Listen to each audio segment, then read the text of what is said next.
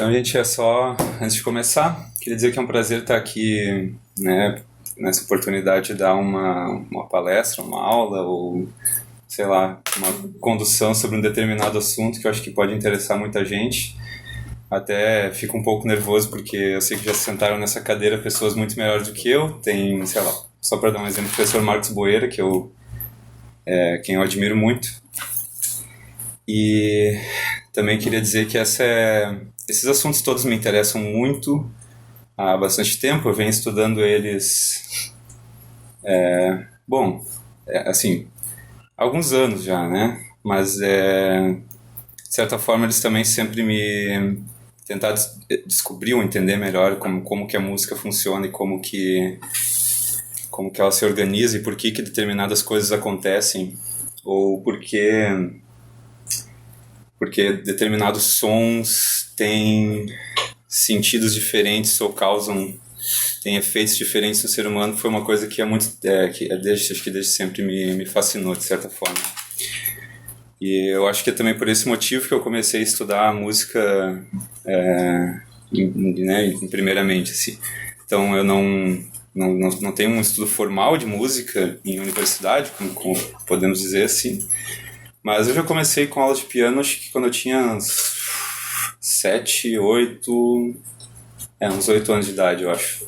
Depois eu passei para violão, aprendi violão, guitarra, toquei em muitas bandas de rock, que eu não desgosto, com certeza até hoje eu ainda tenho, meu ouvido coça um pouquinho para esse lado. Mas eu sei que tem coisa muito mais além do que isso, né? Então, enfim, né, fazendo essa introdução aqui, eu trouxe alguns assuntos que, assim, o Gelásio preferiu colocar ali como teoria e percepção musical, mas não necessariamente vai ser só esse ponto especificamente, tá? Na falta de um nome melhor, a gente colocou teoria e percepção musical, mas, assim, eu vou falar mais ou menos o que talvez seja aquilo que me incomodava ou que ainda me incomoda que é o motivo pelo qual eu venho estudando essas coisas, que eu gostaria que a gente pudesse conversar um pouco hoje. Eu até escrevi um pouco aqui, eu vou usar um texto como base que eu mesmo escrevi, isso aqui foi agora essa semana, né, pensando nessa aula aqui. Então, eu escrevi o seguinte: muito se tem falado sobre analfabetismo funcional e seus efeitos nefastos na personalidade e na educação dos seres humanos. No entanto, algo que sempre me chama a atenção e que pode estar em um campo muito próximo a esse é uma completa ignorância quanto a assuntos musicais. Eu tenho uma teoria de que a música é um dos temas mais ignorados e mais mal entendidos no atual estado de coisa em que vivemos. Se sempre assim o foi e se é natural que seja assim, não sei. Mas eu falo diretamente da percepção que tenho da realidade nas situações e circunstâncias em que eu mesmo estive presente. Ainda assim, ninguém aqui negará que música ruim é ruim e que seus efeitos, né, podem acompanhar essa qualidade mais em quantidade e qualidade, né? Então, o meu objetivo hoje aqui não é nenhum outro do que simplesmente buscar fazer com que ao menos uma pessoa, ou com sorte todo mundo aqui, esteja presente nessa sala, saia daqui com alguma sensação de que está entendendo melhor essa arte, que é a música, né, obviamente, e sinta que está escutando música de uma forma mais consciente e abrangente. Então, esse seria basicamente o objetivo principal de tudo que eu vou falar hoje, tá? Até porque esses assuntos, muitos deles estão em estudo e tudo mais, então eu vou fazer uma coisa bem, bem simples para tentar fazer com que todo mundo se torne, talvez, ouvintes melhores de uma forma ou de outra. Então eu continuo escrevendo assim: não esqueçam que a música pode ser classificada como a arte mais espiritual que existe, e talvez esse seja o motivo pelo qual estão tantas discussões sobre música dentro da igreja e como é que ela deve ser tocada, quais devem ser as qualidades da música dentro da igreja, e não só dentro da igreja, mas principalmente como parte integrante da liturgia, né? Então, claro que existem discussões também sobre se determinada obra de arte deve entrar dentro da igreja ou não, mas eu acho que não é uma discussão tão cotidiana, ao menos eu não vejo isso acontecendo tanto quanto o pessoal falando sobre pode violão, pode bateria, pode cantar desse jeito, podem essas músicas. Então, o que acontece? Um dos motivos que eu acho para se tratar da arte mais espiritual, da forma mais espiritual de arte que existe, porque a música não se mostra aos olhos e tampouco o ouvinte pode contemplá-la de uma só vez. Então, tu nunca olha para a música ou percebe uma música como tu olha para uma escultura ou para um quadro. Então, tu pode olhar para o quadro e tu vai ver ele, ainda que ele tenha muitos detalhes, tu vai ver ele de uma vez só, né? Se tu tiver talvez alguma distância necessária dele e tudo mais, mas uma arquitetura é assim, tu consegue ver um prédio inteiro, tu consegue ver uma pintura inteira, tu consegue ver uma escultura inteira na tua frente. Tirando o cinema, talvez não seja bem assim, mas isso é uma exceção, que também eu não vou entrar nesse ponto hoje. Mas a música, ela é por excelência a arte que se desenvolve no tempo. Então, tu não escuta a Quinta Sinfonia de Beethoven em um vislumbre só. Ela tem que ser escutada do início ao fim, isso demora um certo tempo e demanda a atenção do ouvinte, tá? Então, tu não vê a música. A fotografia também é diferente, né? Que tu consegue, em geral, ver ela toda de uma vez. Enfim, essas características diferenciam sensivelmente essa arte de todas as outras. E talvez seja por isso também que tenha tantas negligências em relação a ela, né? A música também é a arte que, tipo assim, tu não controla muito se tu vai ver ou não. Então, se tu vê algo blasfemo num quadro, ou um quadro pornográfico que tu não quer olhar, ou enfim, algo que tu pode se negar a olhar para qualquer outra coisa, uma escultura, uma fotografia, uma pintura, mas a música tu não consegue simplesmente fechar os ouvidos porque quase sempre vai vazar alguma coisa. Então, assim, ela não entra pelos olhos, ela entra pelos ouvidos e como que vai direto pro coração. Então, tu não tem muito como cuidar ou escolher o que ela vai fazer contigo. Quando a música entra, se ela faz bem na hora, se ela faz mal também no mesmo momento em que ela tá te tocando, né? Então, a partir dessa introdução aqui, eu coloco a seguinte questão. A gente pode então começar a se perguntar o que é música, né? Me parece improvável que essa pergunta tenha se apresentado tantas vezes em outras épocas da história humana quanto ela é hoje. Porque quando se escuta música, realmente não tem muita dúvida não vem muitas questões sobre o que música é, o que ela não é. Mas, atualmente, né, nos tempos de confusão generalizada que nós vivemos, pode ser novamente necessário afirmar o óbvio e buscar resposta para perguntas simples. Então, com uma provocação inicial e enfim, só para ver se o que eu estava falando tem algum sentido, eu queria ver se tem alguém que poderia dizer aqui, tipo, o que gosta de escutar de música, ou qual o seu artista favorito, e também se, ouvindo esse artista, você sabe alguma coisa sobre a música que você está ouvindo, ou você simplesmente deixa, enfim, só escuta ela. Alguém estaria disposto a falar, sei lá, seu artista favorito? Eu gosto de rock e metal. E no caso, o que me chama primeiro a atenção é a melodia, é a música em si. Mas eu vou um pouco além. Eu gosto de entender o que eu estou ouvindo, qual é a mensagem que está se passando. Então isso aí me ajuda um pouquinho também. Já não é só baixar, mas o que me chama a atenção primeiro sempre é a melodia. Sim. Sempre a melodia. E pra mim a música tem que ter instrumentos. Guitarra. Você toca algum instrumento? Violão e guitarra. Tocava, parei de tocar faz uns 4 anos. E já fez aulas? Fiz aulas. Ah, tá bem. Mas parei de tocar faz um bom tempo já. Tá lá, a guitarra parada no cantinho, mas legal. Uma hora vai de novo. Massa. Preocupado com coisa. Mais alguém gostaria de falar alguma coisa? Olha pra mim? A Graça a gente sempre tem algo a dizer. Eu gosto de falar também. No momento, eu também tem uma evolução das coisas da música exatamente por causa dessas coisas que provavelmente tu vai falar. Mas eu fui criada numa casa em que meu pai toca de tudo. E o que ele fazia pra gente de presente de 15 anos não era festa, não era joia, não era nada, instrumento musical. Então, tem uma irmã que toca contrabaixo e minha irmã que toca bateria.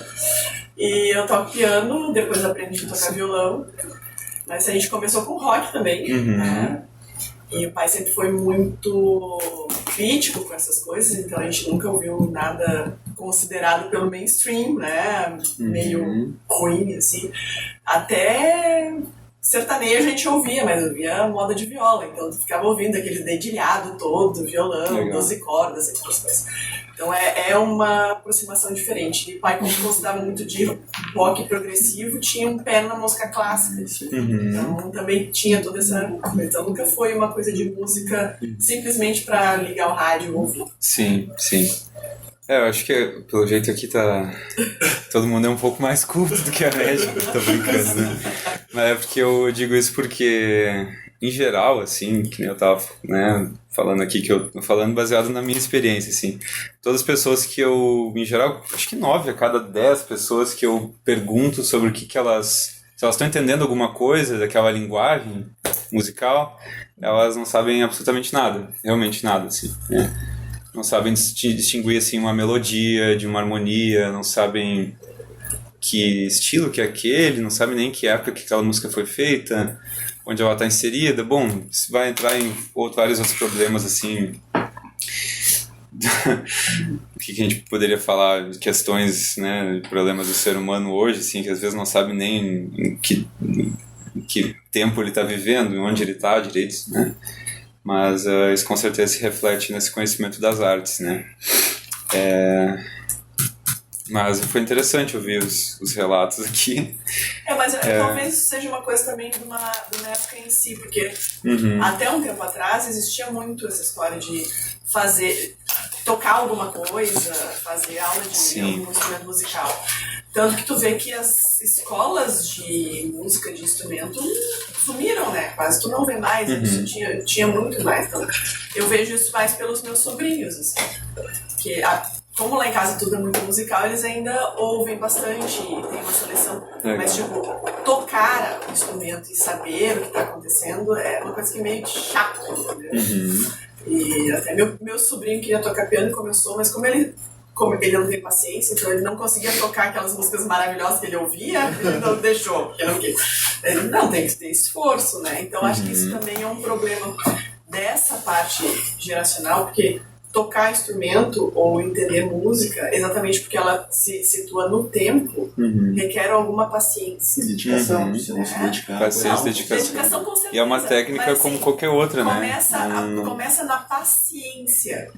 Porque assim, tu tem que treinar, ok, tem várias coisas que tem que treinar. Só que assim, é no tempo. Eles não têm paciência nem de esperar 2 segundos uma resposta de celular. Então, se tu tem que ouvir uma peça de 10 minutos, ou tu tem que tocar uma peça de 10 minutos, exige, além do esforço todo, a tal da paciência. Eu acho aí é que é o maior problema. Porque eles conseguem treinar outras coisas. Entendeu? Mas o resultado que eles veem é mais imediato. Né? A geração atual parece ter uma aversão ao ardor. Que se apaixonar por alguma coisa. Sim, é como se não valesse a pena o objetivo que tu tá buscando ali, né? Esse é o que eu sei que uma época na época que tava sendo aquelas boy band, né, da vida, tinha um monte de escolas até, só que o que eu via do pessoal é que eles procuravam aprender um instrumento muito no sentido técnico, ou seja, eles querem aprender a tocar aquele instrumento, a tocar aquela música. Eles não querem aprender a música naquele sentido que é necessário para fazer uma composição, que é tu aprender a questão de harmonizar a melodia. Então, tu pega, por exemplo, as músicas compostas pelo Tolkien. Tem canal no YouTube que tem elas cantadas, é muito bonito de ouvir. Tu vê que tem toda uma poesia, e uma coisa que eu achei muito interessante ouvindo algumas delas, a letra parece que impõe um certo ritmo à música. Diz a letra como a frase? A frase. A própria... A letra quase como a poesia que está ali? Sim, a letra da música é como que impõe. E aí eu comparo com músicas modernas, tu vê assim, que muitas delas não há essa relação entre o instrumento, a harmonia e a letra da música. Inclusive, quando eu tinha 16 anos, na época eu era considerado chato entre meus amigos, porque eu era o cara que via a letra da música, ia atrás da tradução, e via assim, olhava assim. Aí eu chegava e dizia, olha, a letra até é legal, só que ela não é muito coerente entre si, então eu não vou gostar da música. O pessoal olhava, por que tu presta atenção nisso? Ouve! Eu tô ouvindo, só que eu quero entender. A letra ali, a poesia da música, ela acho que vai tanto determinar, ou quer dizer, por um lado ela deve determinar como que a música vai ser feita, mas também se tu já tem a música e vai colocar uma letra nela, tu vai ter que colocar as palavras corretas ali para que não fique errado, né? Porque tem o ritmo prosódico de cada palavra com sílabas poéticas, etc e tal, né? Que eu quero então, colocar. Para pegar os decassílabos, tem que caber dentro daquelas sílabas ali, né? Existe e fica assim. Tem aquilo que é cantado. E hoje muitas músicas, eu já ouvi músicas que tem momentos que elas agridem os ouvidos, porque a palavra não é feita para cantar lá. O negócio meio pega o martelo e pá, né? Pode ser. Mas ainda assim, pode ser que a música seja feita para agredir mesmo, só com sons. Não, isso eu já ouvi também. Já ouvi. Eu acho que é mais ou menos por aí que a gente pode continuar.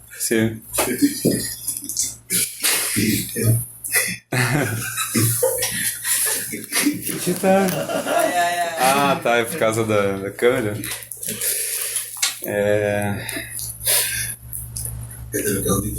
Eu acho que essa conversa que a gente acabou tendo agora, isso foi um ponto interessante para justamente entrar no próximo ponto aqui que eu teria, que era, bom, partindo disso aí que eu comecei falando, então dá pra gente passar por algumas definições sobre assim, o que é música, tá? Tem umas definições um pouco bem comuns ou conhecidas sobre o que é, mas que eu acho que elas não são suficientes e eu também não vou dar um conceito, né? Sucessão de sons e espaços vazios. Também tem essa, né? Mas eu ia falar sobre música, combinação de sons e silêncio de uma maneira organizada. Né? Então, bom, aí já começa uma questão, assim, tu vê. Bom, isso parece que essa característica está inserida na música, mas não esgota o conceito, né? Porque tu pode olhar assim, bom, se é uma combinação de sons e silêncio de uma maneira organizada, tu pode simplesmente escutar uma sirene de uma ambulância. E, não sei, alguém aqui talvez me diria que isso é música, né? Em geral, as pessoas não consideram isso música, né? Nem um som de alarme, por exemplo, ainda que tenha sons, silêncios e eles estejam organizados. Então, esse conceito não é suficiente. Um segundo conceito bem conhecido e bastante utilizado é simplesmente assim, música é a organização dos sons em melodia, harmonia e ritmo. Bom, aí já a coisa complicou um monte, porque já tá falando isso assim, organização, como organizar isso em melodia, o que é melodia, o que é harmonia e o que é ritmo, tá? Aí que entra algumas questões interessantes, que acho que é por onde eu vou seguir aqui. Porque esses três conceitos são extremamente importantes para aquilo que nós conhecemos por música ocidental, que é o que Otto Maria Carpo, na história da música dele, ele coloca como, digamos assim, a música, né?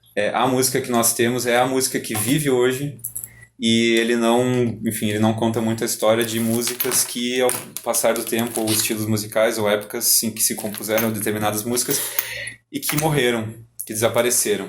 Então ele diz assim, a música ocidental começa lá no início com uma determinada manifestação musical e vai até hoje, a partir daquele um sopro do espírito, vai até o fim dos tempos, ou então, a não ser que se destrua tudo, mais ou menos até hoje existe algo de uma música que é considerada ocidental e que é a música como nós conhecemos hoje. Inclusive as músicas populares, as músicas mais banais em geral são, ou as banais, sei lá, as músicas mais simples ou maléficas, ou todas as músicas que a gente escuta, até na cultura popular hoje, músicas assim para mera diversão, inclusive, são compostas dentro desses, como é que eu posso dizer, dessa forma de organização musical, tá? Então, é interessante que o Otto Maria Carpo coloca como o início de toda a música ocidental com o canto gregoriano, tá? O canto gregoriano, ele diz, é a única manifestação, é a manifestação mais antiga que existe na música do Ocidente, que tem repercussões até hoje. Então, muita coisa começou no canto gregoriano, se desenvolveu a partir dela, e hoje tu não consegue pensar na música, ou então tu pega ali grandes compositores como Mozart, Beethoven, Bach, tu não consegue pensar neles sem pegar a influência do canto gregoriano dentro daquela música ali. Então, sim, música ocidental é basicamente assim. Quando eu falar em música hoje, entendam que eu estou falando da música que se faz no Ocidente, não em outros lugares, nem em outras épocas e nem escrita de outras formas, mas basicamente a música feita, assim, claro que a maior parte dela foi feita na Europa, mas ela se passou para todos os outros continentes durante muitos séculos, né? Principalmente após a era cristã com o canto gregoriano. E ela é organizada de determinadas formas, que é o que, enfim, vamos continuar aqui. Antes de começar a passar para qualquer coisa relacionada a como é que o som se organiza, é importante que eu diga o seguinte: música é linguagem, nessa forma como a gente está falando hoje. A música é um discurso, e é como se, então, portanto, cada música que tu escuta estivesse contando uma história. Tá? Então, pega um livro de literatura, por exemplo, e tu tem ali uma narrativa, né? E não importa qual seja. A música é mais ou menos a mesma coisa, só que em vez de usar palavras, ela usa sons e ela conta a história de outras formas, que é o que a gente vai ver agora, principalmente na física do som, que é por onde eu gostaria de começar a falar com vocês. Então, esses elementos, que podem ser chamados de elementos de percepção, de organização musical, eu considero eles chaves para entender toda a música feita no Ocidente nos últimos séculos, né, e que é a que todo mundo escuta até hoje. Então, vamos seguir em frente aqui com a ajuda do Sr. José Miguel Wisnik, que escreveu esse livro chamado O Som e Sentido. Tá?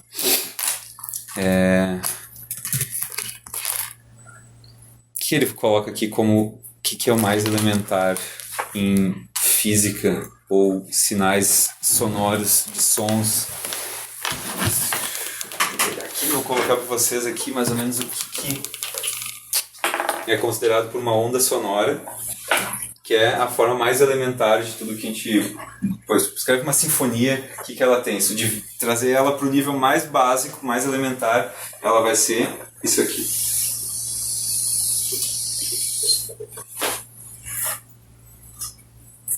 Muita gente já deve ter visto, né? Como é que é uma onda sonora, né? Vamos pegar algumas características aqui do que tem essa onda sonora. Ele coloca aqui, o José Miguel coloca nesse livro: o som é produto de uma sequência rapidíssima de impulsões e repousos. Então, impulsões, vai para cima, depois desce. Então, ela tem, se tu pega a tua voz, um instrumento, ou qualquer instrumento emissor de sons, o que ele faz é o seguinte: ele joga a onda, então ela sobe até uma determinada força com a intensidade com que ela foi feita, na altura que ela foi feita, isso a gente vai falar um pouquinho daqui a pouco, e depois ela cai. Então o que ele diz assim: quando fala sobre sons e silêncios, que é o que estava ali naquela definição sobre como é que se organiza a música, né, sons e silêncio, harmonia, melodia, etc e tal, o que o José Miguel Wisnik fala é que assim, o silêncio e o som, eles estão dentro de uma mesma coisa. Vocês têm aqui, ó, essa onda sonora, ela tem som e repouso, som, repouso, impulsão, repouso, impulsão, repouso, impulsão, repouso, e assim até ela se perder no tempo e daí, enfim, acabar, né? Que ela inicia com uma intensidade e vai seguindo. Então ele fala, o silêncio, que estaria aqui nessa parte mais baixa, claro que a gente escuta o som continuamente, né? Ele está dentro do próprio som. Você tem uma parte mais alta aqui, o som, e o silêncio, de certa forma, está dentro do próprio som. Outra coisa interessante da onda sonora é que ela necessariamente, pela própria forma como as coisas se organizam na realidade, tem que ser assim. Ela tem que ser sinuosa. Porque se ela fosse reta, a gente não escutaria nada, porque o tímpano funciona com vibração. Então, basicamente, essa aí chamado de onda sonora porque lembra uma onda do mar. É uma onda, porque eu acho que onda... Mas eu acho que onda... Onda no sentido de ondulação, É. né? É onda do mar, onda sonora. Mas tem onda... Isso sim, com certeza. Mas eu acho que o conceito de onda não sei se vem originalmente do mar. Não vem disso. Ah, tá. Mas eu estou fazendo a analogia. Tá. Não, mas não, com certeza. Tem a ver sim. Tanto que a onda do mar também dá onda sonora. Também ondula. E tal, né? Bom, aqui a gente tem o elemento mais básico da onda sonora, então o que a gente coloca depois disso aqui? Outra característica muito interessante é que toda onda sonora ela tem pulsos e uma periodicidade. Então ela tem aqui, ó, 1, 2, 3, 4, 5, 6, 7, 8, 9, 10, até morrer. Ela sobe 1, 2, 3, 4, 1, 2, 3, 4. Isso é ritmo, tá? Esse tipo de manifestação aqui é o ritmo que está dentro do conceito de música que a gente estava falando um pouco mais cedo. O que ele diz? O ritmo está dentro da própria onda sonora, de novo. Então vocês estão vendo que todos os elementos da música, tipo, no princípio, segundo a teoria que eu estou seguindo aqui, estão dentro da própria onda, da forma mais simples e elementar do que ela se apresenta. Seguindo, a gente tem duas grandes dimensões a partir de como é que essas ondas, como é que a onda sonora se apresenta, né, quando nós escutamos ela. Então, a gente basicamente vai ter o seguinte: duas linhas. Isso aqui é só pra gente poder entender um pouco melhor. Mas o que é? Aqui tem duração, quanto tempo ela vai durar no espaço ou perceptível, né? Para nós que estamos ouvindo, e alturas. Essas duas características do som estão sempre juntas porque tu não consegue fazer um som que seja, o mínimo que seja, ele tem que durar algum tempo, nem que seja um milionésimo de segundo. E quando ele dura menos um milionésimo de segundo, ele tem que estar em alguma altura. A altura na música significa assim, tu tem sons mais graves e tem sons mais agudos, né? Então, tu não consegue fazer um som que dure alguma coisa que não esteja numa determinada altura, e tu não consegue tocar uma determinada altura do som sem que ele dure o mínimo que seja. Mais duas coisas que estão dentro da própria onda sonora e basicamente esses elementos da música, né? Eles se apresentam, basicamente o pulso se apresenta dessas duas formas, durações e alturas. Então, eu vou ler uma parte, um trecho aqui, que é... Vou voltar, me sentar aqui, vou ficar de costas para vocês aí, né? Que é algo que vai começar a nos mostrar como é que a onda sonora sai desse estado elementar. E tem uma coisa que eu estava esquecendo, antes de passar. O seguinte é que esse tipo de onda simples aqui, que eu estou mostrando para vocês, ele... Digamos assim, o próprio autor do livro aqui coloca ele como um som angelical, um som celestial, porque ele, na realidade, ele quase não existe, ele é quase impossível de existir, porque toda onda sonora, na verdade, ela não se apresenta com uma linha contínua. Isso aqui seria um som muito, muito difícil de encontrar. O que acontece é o seguinte, na verdade, tu tem uma onda que, quando tu tem um instrumento, vou pegar um violino como exemplo, o som dele vai sair assim, ó. Você está entendendo? Essa organização, a forma como... Assim, tem uma linha que é elementar aqui que vai determinar, digamos, a altura e a duração da nota. Só que vai ter um monte de outros sons residuais que vão fazer o quê? Vão dar o timbre daquele som que está sendo reproduzido ali. Por isso que o violino tem um determinado timbre conhecido, por isso que o piano tem um outro som. Ainda que a altura, tu pega um Fá, então ele vai ser a mesma altura, pode ter a mesma altura, pode ter a mesma duração, só que ele vai se apresentar com outra cara, com outra roupagem.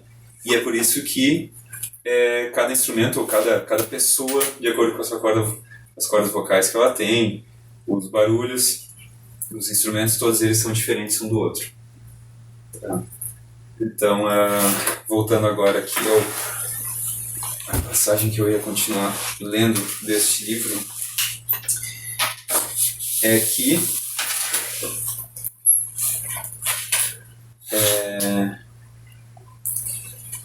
bom, aqui já está falando de som, mas tem outros tipos de, digamos assim, uma altura melódica, né, que já está numa certa altura. Mas tem outros tipos de sons que podem ser considerados como estampidos ou ruídos ou ritmos, né? Se eu bater a mão nessa mesa, não tem necessariamente uma altura melódica, não é uma nota, não posso fazer melodias aqui. É muito difícil fazer melodias com esse barulho. Então o que ele diz é o seguinte: o bater de um tambor é antes de mais nada um pulso rítmico. Ele emite frequências que percebemos como recortes de tempo onde inscreve suas recorrências e suas variações. Mas, se as frequências rítmicas forem tocadas por um instrumento capaz de acelerá-las muito, a partir de cerca de 10 ciclos por segundo, elas vão mudando de caráter e passam a um estado de granulação veloz que salta de repente para um outro patamar, que é o da altura melódica. Essa parte é muito interessante, que é o seguinte: aqui nós temos o que é considerado um ritmo. Se isso é a própria, enfim, isso é tudo próximo à física do som, como é que ele se organiza. Essa é a parte, uma coisa assim que pra mim foi impressionante quando eu fiquei sabendo disso. Não sei se daqui a pouco eu não estou falando novidade nenhuma pra ninguém, mas o que acontece é o seguinte: à medida que tu acelera um ritmo, eu não vou conseguir bater uma determinada velocidade que transforma isso aqui em som. Não. Mas então assim, tu toca para cada segundo, que acelera, vai ter uma hora que ele vai fazer um som parecido com esse aqui, que é chamado vocal fry.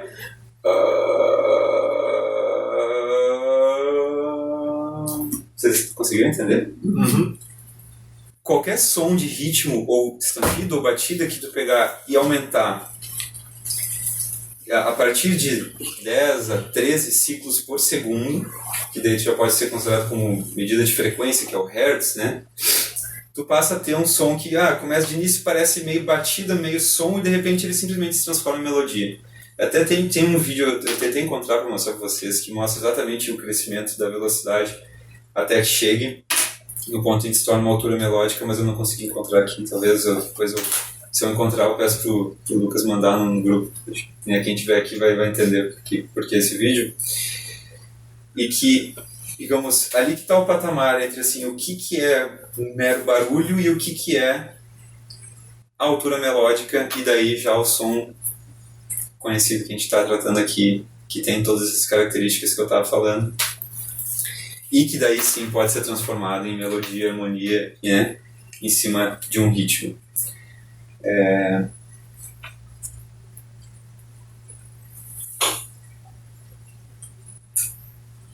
Então o que ele diz assim: a partir de um certo limiar de frequência, que é em torno de 15 ciclos por segundo, mas estabilizando-se só em 100 e disparando em direção ao agudo até a faixa audível de cerca de 15.000 Hz, o ritmo vira melodia. O Lá, conhecido como o Lá que afina uma orquestra, é um Lá chamado 440 Hz. Ele tem 440 ciclos por segundo, daí ele chega a virar 440 é aqui? É o Lá central. Ou é a partir do Lá central, né? Então é esse. Aqui nós temos 440 ciclos por segundo.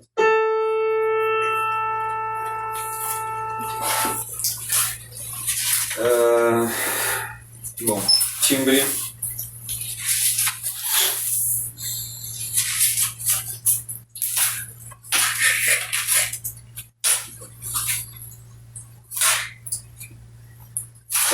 Bom, isso seriam os elementos assim pra gente começar a pensar de como é que o ser humano organizou os sons para, enfim, poder criar melodias que já são, digamos assim, criações do espírito, harmonias, e sempre em cima de tempos determinados, né?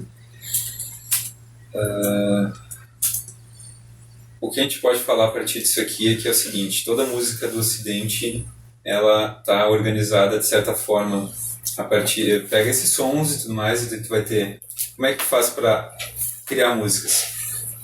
Os ocidentais, a partir dos modos gregos, tá, eles criaram, digamos assim, uma certa organização de sons que é dividir esse crescimento dos sons em 7 notas musicais, ou na verdade em 12 divisões diferentes que podem ser utilizadas para, enfim, compor músicas, né?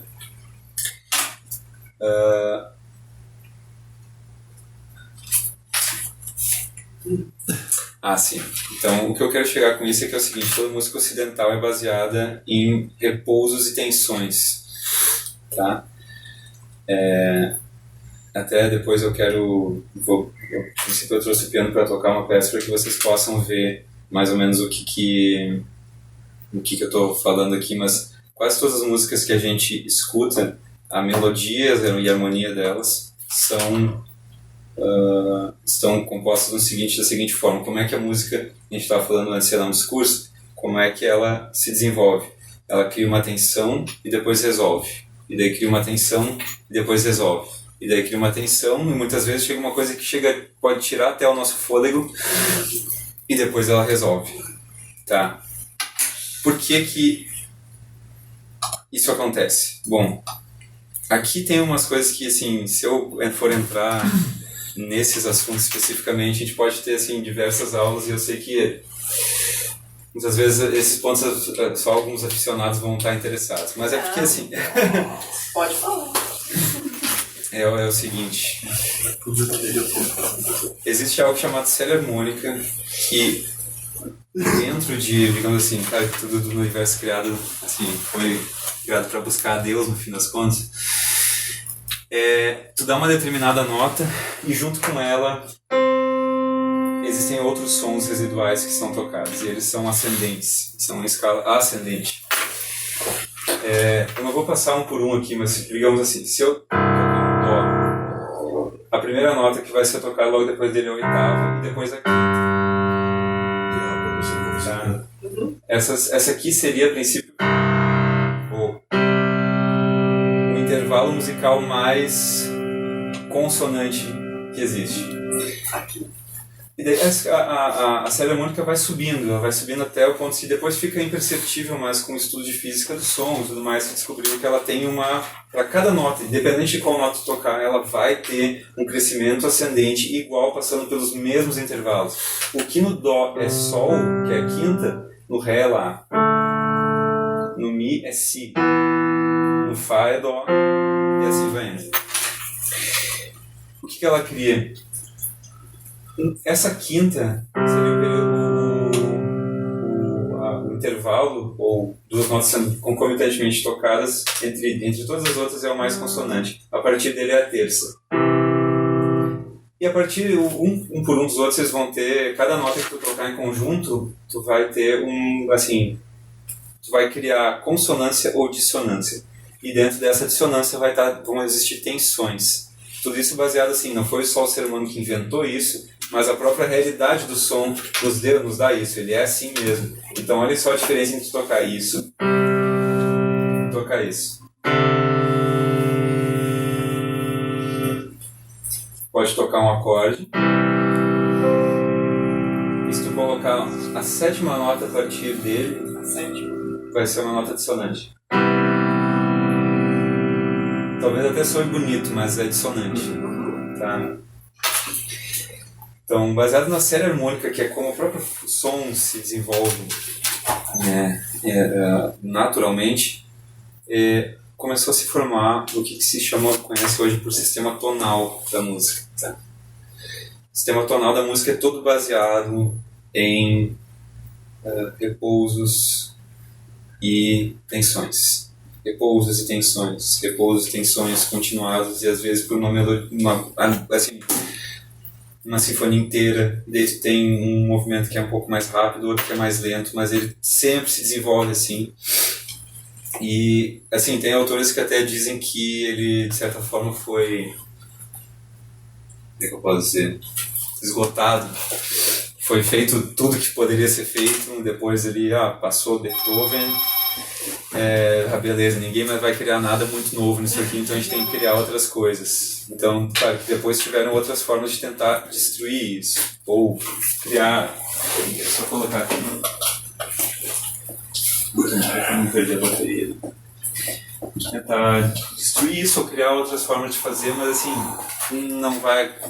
não deu certo, nem vai dar, porque assim, a própria física do som se organiza assim, o ser humano, acho que no Ocidente cria música assim, é do próprio espírito dele fazer isso, e cara, tiveram tentativas de se criar música que se chama por música atonal, e depois música que é conhecida por música dodecafônica, que é o Arnold Schoenberg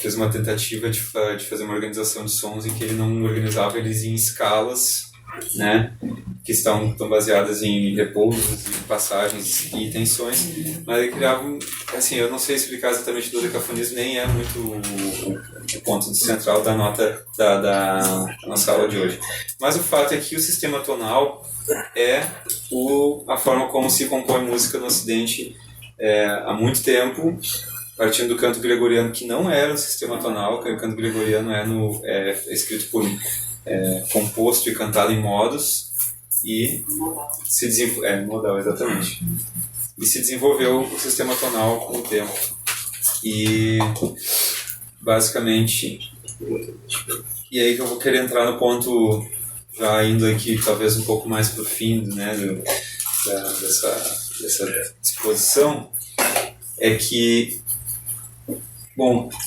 o sistema tonal coloca todas as notas em uma sensação, como é que eu posso dizer, uma relação de dependência entre umas e outras, de forma que, se tu tratar uma como o centro,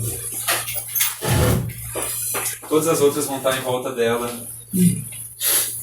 de forma que cada nota sempre vai estar, assim, de certa forma, cumprindo o mesmo papel. Então, se tu tratar aqui como Dó, a nota central, tu vai ter Dó, Ré, Mi, Fá, Sol, Lá, Si, Dó.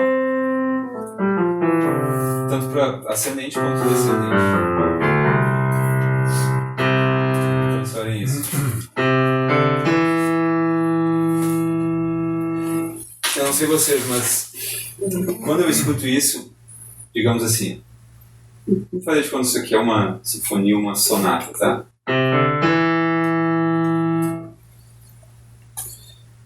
Pronto, terminou. Eu queria que vocês me confirmassem se vocês têm a mesma percepção que eu tenho de que essa frase musical não terminou. Está incompleta. Ela está incompleta, exatamente. O que a gente fez? A gente criou um estado que aqui não necessariamente está de tensão ainda, mas é uma melodia que foi... E se eu fizer agora? Pronto. Repouso. Vocês conseguiram entender um pouco, né, mais ou menos o que eu estou querendo dizer? Claro que daí a música vai se desenvolver de uma forma extraordinária, então, assim, uma sinfonia possa ser cheia de harmonias, de sons juntos, de melodias complicadíssimas e super complexas e tudo mais, mas é sempre dessa mesma forma que funciona. E por que acontece? Esse Mi, ele sozinho não quer dizer nada. Esse Dó sozinho não quer dizer nada.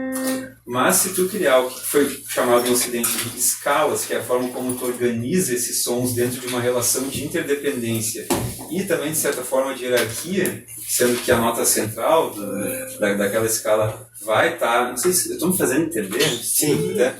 A nota central daquela escala vai ser a nota principal e o repouso, onde, né, tudo termina, tudo repousa. Acontece que o Dó em si, ou Ré, ou Mi, ou o Ré sustenido, ou Mi bemol, qualquer uma das notas de um piano ou de um instrumento pode dar, elas em si não têm essa característica. O que está na música tonal, que é extremamente interessante, é que o Dó ou o Mi podem ter protagonismos diferentes dentro de cada música. O valor gramatical não muda tanto, mas o valor retórico pode mudar. Eu não sei se eu entendi, mas pelo teu tom de voz eu tenho a impressão de que tu tá com a razão. Aquela coisa. Eu não consigo linguístico. É aquilo que tu acabou de dizer. A nota em si é tipo as letras do alfabeto, sozinhas. Exatamente. Elas não tem nada, mas se junta, daí tu consegue ter uma. Exatamente. E aí entra a questão da riqueza do vocabulário, tu pensar que as músicas, conforme tu vai compondo as músicas, tu vai compondo um discurso. E quando tu tá falando de discurso, tu tem o que se chama de figuras de linguagem que chegam ao extremo de tu falar o inverso do que a palavra gramaticalmente significa, que é o típico caso da ironia. Então é esse tipo de variação que tu tem com a música, com o adicional da música, que tu tem uma frequência mínima e uma frequência máxima. Então tu não tem uma infinidade, porque a música, nesse contexto, ela se dá no mundo material, então ela tem uma limitação. Mas é um equivalente para as questões gramaticais. Ela é mais sutil, é mais assim, tu não vai conseguir falar exatamente a mesma coisa que a linguagem com as palavras e com o alfabeto, né? Eu não diria que é linguagem sutil, humana. eu diria que realmente se expressa numa linguagem diferente. Um dos fatos é que é o seguinte, a música é uma linguagem. Sim, tanto A gente sempre comunicou coisas a partir da música e ela foi utilizada em cada caso, nem que seja um ritual indígena. É porque ela comunica, nem que seja assim, com a divindade para trazer a chuva. E no trivium e no quadrivium é interessante perceber uma relação de que quando tu chega no quadrivium, já na aritmética tu tem uma coisa que o número ele tem um valor gramatical, um valor retórico e um valor lógico. Aí tu vai pra música. A música ela tem a questão gramatical, a questão retórica, a questão lógica. Na geometria ela tem a questão... Então assim, o trivium ele é constantemente resgatado em cada questão do quadrivium. Muito interessante. E quando tu comentou a questão do cinema... O equivalente do cinema, vou fazer aqui uma total metáfora, o equivalente do cinema no quadrivium é a astronomia, porque tu tem o tempo e o espaço. Então, o que tu pode traduzir assim? Que no cinema tu não tá falando de uma coisa que é simplesmente sonora, ou seja, não é só uma questão de tempo, é uma questão também de espaço, ou seja, tu tá falando de cosmos.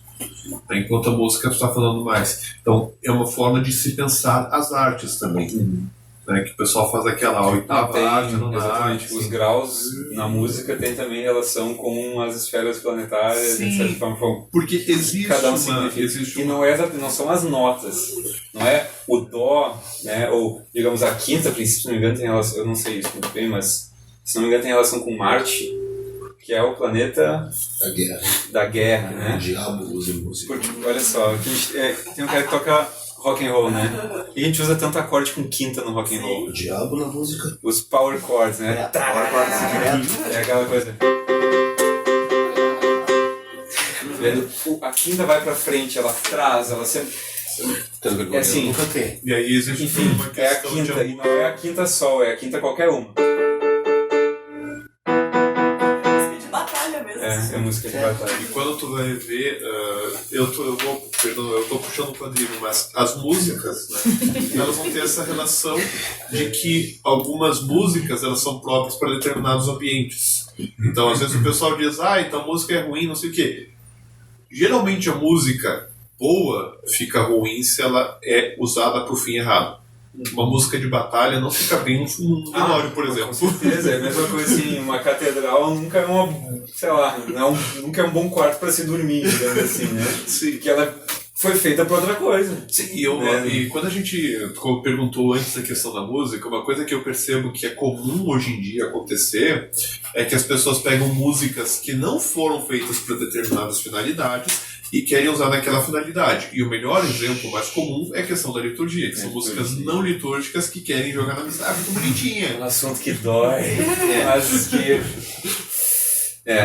Mas é o assunto bom, que a gente encerra aqui, porque senão Não, é ótimo. É muito bom. O assunto da música na liturgia me interessa muito, sim. Eu não tenho muito o que falar sobre isso no momento, mas eu tenho aqui um monte de documento da igreja, de papas e tal, que eu quero desenvolver um estudo nisso aí futuramente. Em breve, daqui a pouco eu posso estar um pouco mais por dentro desse ponto.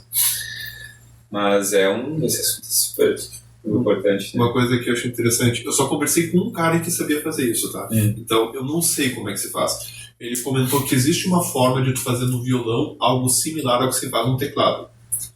E aí eu olhei assim, Tá, em que sentido? Eu entendo Ele como... toca o violão assim? Não, é o dedilhado. É o dedilhado. tá. Tá, então tu consegue simular. E aí eu olhei assim, ok, eu entendo, mas tem alguma coisa que eu não peguei. Aí ele, sim, a Pra escala... que quer fazer isso? Não, ele comentou uma outra coisa, a escala menor... Se ele quer o timbre do piano no violão, por que ele não toca o piano? O comentário, na verdade, que ele fez foi um motivo muito simples. Para alguns lugares no interior, para paróquias mais pobres, é muito mais barato comprar um violão do que ele. Quando tu tem na Sacrosanto Concílio e na Inscrição Geral do Estado Romano a permissão de usar instrumentos de corda, tu está fazendo exatamente isso. Olha, tu não tem como conseguir um piano, um teclado, pega um violão, mas emula isso daí. Só que aí ele comentou, é muito mais fácil tocar um piano. Sim. Eu achei que a permissão de usar cordas no Sacrosanto Conselho era para poder ter um quinteto de cordas ali, sabe? famoso. É porque na verdade é o seguinte, a gente vai entrar nisso aí, vai ser uma coisa toda diferente, porque o que tem, inclusive ele está com o livro do Papa Bento e tem outros documentos sobre isso, o interessante do som litúrgico é que ele seja contínuo. E tu não consegue fazer isso com o piano, porque ele pia mesmo, é pim! Não, tu não consegue segurar o som, entendeu? Então o instrumento de corda, tipo um violino, tu consegue segurar um som contínuo, entendeu? Agora, um piano que é uma corda, mas é uma corda batida, que é um violão, uma corda dedilhada, é diferente. Ele dá noção de tempo e o instrumento de som contínuo ele dá uma noção por mais prática, em compasso na música, ele dá uma sensação de atemporalidade. Exatamente. Sim, a minha questão era só trazer a questão gramatical que existe. Tá bom. Existe uma forma Tá proibido de fazer de outros comentários, vamos lá. Mas é interessante que o próprio canto gregoriano, que é para ser quase que uma oração, né? Ele é composto pela organização modal das notas e não segue exatamente um ritmo pré-estabelecido como muitas das outras músicas que foram feitas depois, né? O ritmo é só é puramente prosódico, é só a palavra. Então, por isso que se tu parar para escutar, sei lá, se tá num monastério e escuta os monges, tu não consegue contar exatamente os tempos, como a gente está acostumado em tantas músicas, né? E eu acho que tem algo a ver E outra mais com a interessante, espiritualidade. usando essa coisa da onda, o canto gregoriano, cada nota tu tem que tentar emular a onda, porque ela cresce e apaga. Por isso que é interessante tu ver que às vezes a gente ouve cantos gregorianos cantados por monges e coisa e tal, e ouve outros cantando, tipo, mas tem alguma diferença, a música parece igual, mas é porque é a questão da voz, né? Tipo assim, Salve Regina. A gente tem que cantar, é esse o som do canto gregoriano, não é um negócio. Basta tu ir lá e cantar de qualquer jeito, né? Então, assim, ainda tem isso também, da questão do emular Perfeito. Muito bom. Bom, basicamente, acho que esse seria o ponto final, assim, da minha exposição aqui, que é essa qualidade ou protagonismo relativo das notas. Isso quem fala num livro específico sobre esse assunto e sobre alguns outros também de filosofia, do som e do símbolo das notas musicais é Victor Zucker-Kendall, no livro Sound and Symbol, tá? Eu acho que é bem interessante. Eu vou tentar traduzir aqui do inglês na hora uma parte do livro dele, que é muito interessante aqui, justamente sobre o que a gente estava falando agora. Ele diz que nem toda série de tons ou de sons é uma melodia. O que nós ouvimos quando um gato corre sobre um teclado é uma série de notas, né? Mas com certeza não é uma melodia.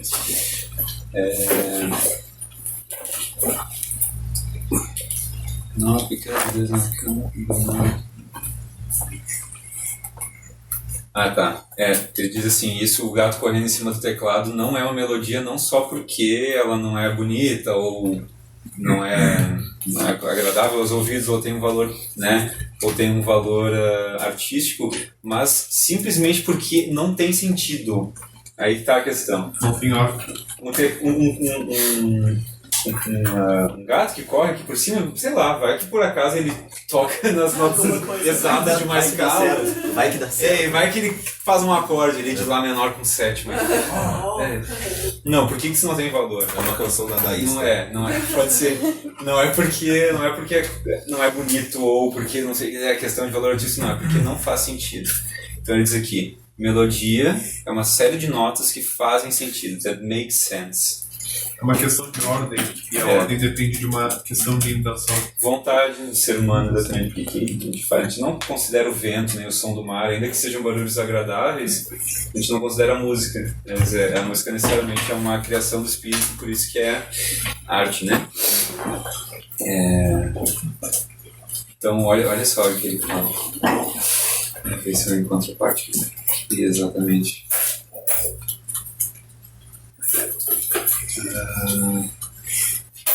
Aqui esse não é o ponto central também, mas o que ele fala é que existem pessoas que são, como é que eu posso dizer? Ele usa tone deaf, que tem surdez tonal, elas não conseguem pegar o protagonismo de cada nota dentro de uma melodia. Então, para elas, o que ele diz aqui é bem interessante. Para alguém que não entende italiano, não interessa que a pessoa escute in questa tomba oscura ou in tesqua bonta uxora. Entendeu? Então, é mais ou menos isso. Esse é o ponto central. A qualidade dinâmica do som é algo que está dentro da forma como a gente organiza a música, principalmente no Ocidente, e é de importância central. Então ele usa muito aqui a melodia aqui da Nona Sinfonia de Ludwig van Beethoven para exemplificar qual que é aquele, que eu acho que aqui vocês vão ver a coisa perfeitamente. Então ele fala assim, eu vou tocar no tom que não é bem original, mas é o mais conhecido. Mais fácil. Né?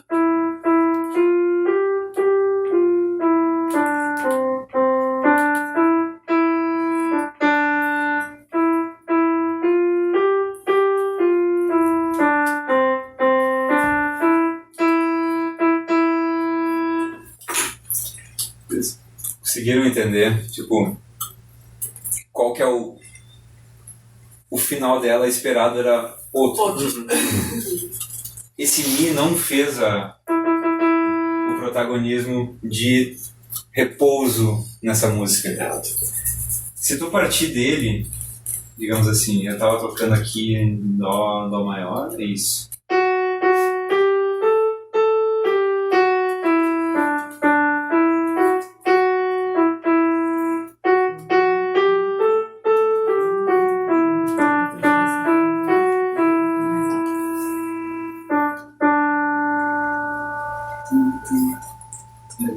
Vamos passar para a próxima tonalidade.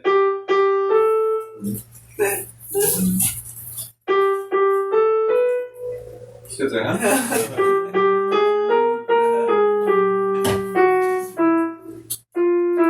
Tu escolheu a nota muito não, difícil. esse aqui agora ferrou. Porque eu queria chegar no Mi como repouso. O que eu tô tocando aqui? Vai estar em Mi maior.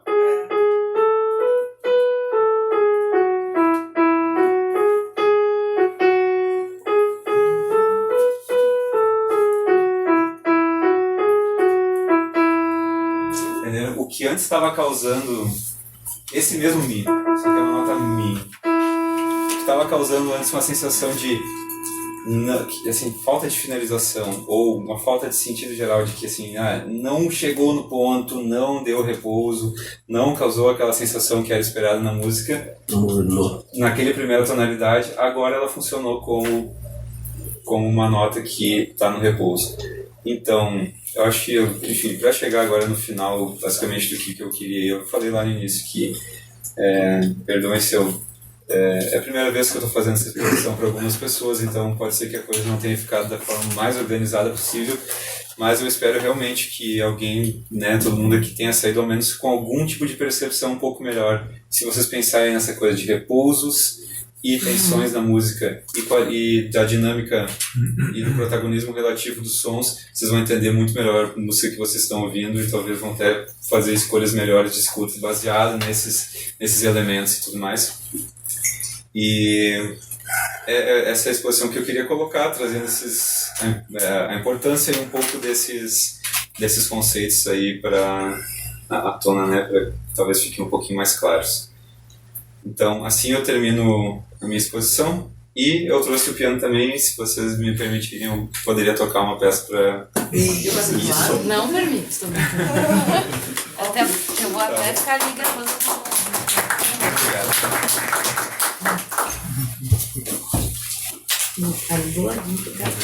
Então vamos uma música, uma peça. Você baixar o filme. Tudo isso que nós estávamos falando aqui está inserido, né, todos esses elementos, todas as tensões, todos os repousos e tudo mais. E se vocês, acho que é bem interessante que, já que a gente está com tudo isso talvez um pouco mais fresco na mente, né, tentem entender a música dessa forma.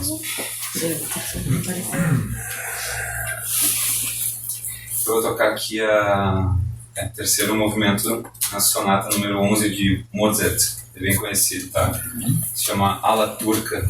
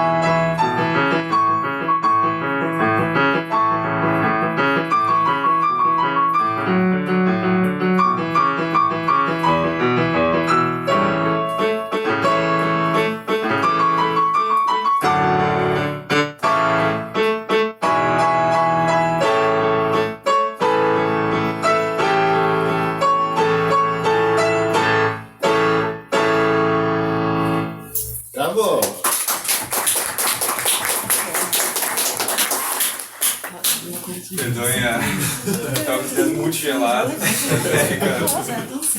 Mas, bom, é isso aí. Não sei se vocês conseguiram ver alguma coisa. É interessante, dá pra gente fazer uns comentários aqui, mas se tiver todo mundo cansado, a gente pode encerrar. Ninguém pode botar até amanhã. A outra tá com dor de cadeira. O que eu ia dizer é basicamente só um exemplo do que eu estava falando, é mais ou menos.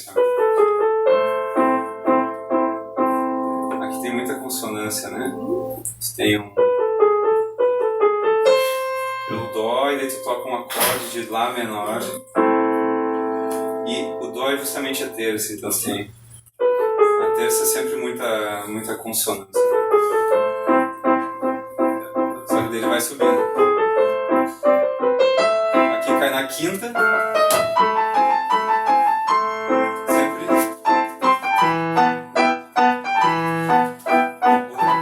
A dissonância mesmo. Principalmente deixa eu ver, na segunda parte. Veja uma diferença agora.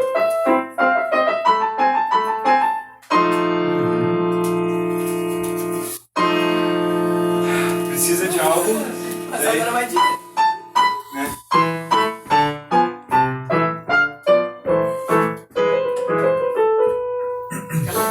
Essa dissonância.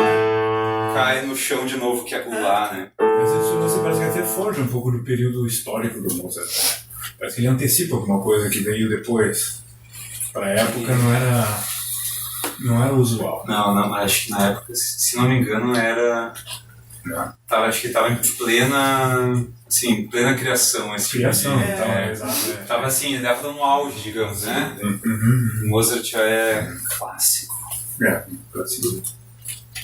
Isso vem depois do Barroco, que já tinha Bach. Não, né? Bach é... Mas eu acho que realmente estava, assim... Esses caras foram geniais, assim, pela forma... Tu vê, tudo tá perfeito, pensado, assim. A pessoa, às vezes, vai olhar de fora, não entende tudo que tá orquestrado dentro disso aqui. Mas se tu for analisar cada coisa, tá tudo numa perfeição que é... assim. É impressionante, sim, né? A mesma coisa... Beethoven e Bach são os três maiores compositores que existiram, né? Não são só nomes mainstream, assim, mas...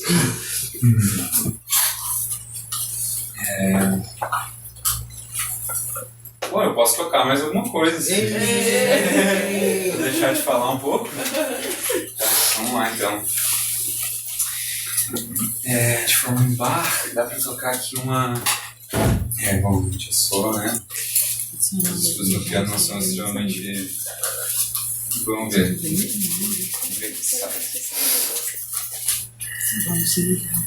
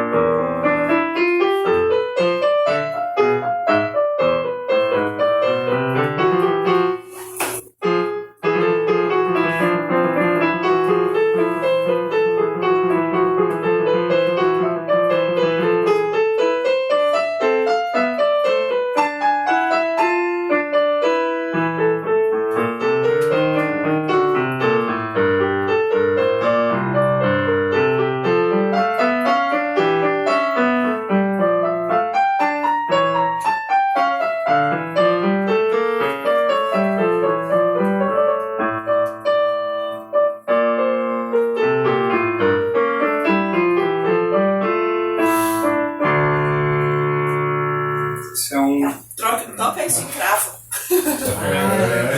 Toca isso num cravo. Tem aqui piano eletrônico. Vamos ver. Acho que é aqui. Isso. Maluco tem que ser no cravo, cara. Que coisa. Fica parecendo aquele arquivo de isso é- MIDI, né? Aqui, essa peça é feita, né? Na época o instrumento era esse aqui.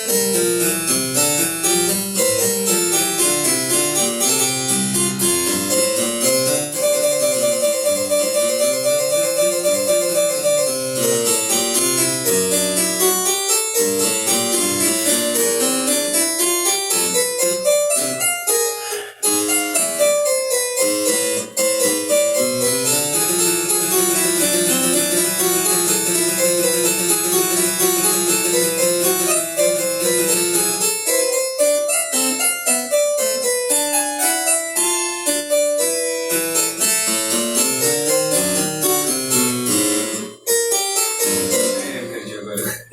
Esse é o É problema tão de bar. difícil tocar, Esse é o né? problema de bar, porque se tu se perde, tu não te acha mais, porque cada mão tá tocando uma coisa diferente. Sim. Mas é sensacional. Exatamente. Não, ótimo. Tá, vou aproveitar e vou tocar então uma última. E aí a gente encerra, tá? E-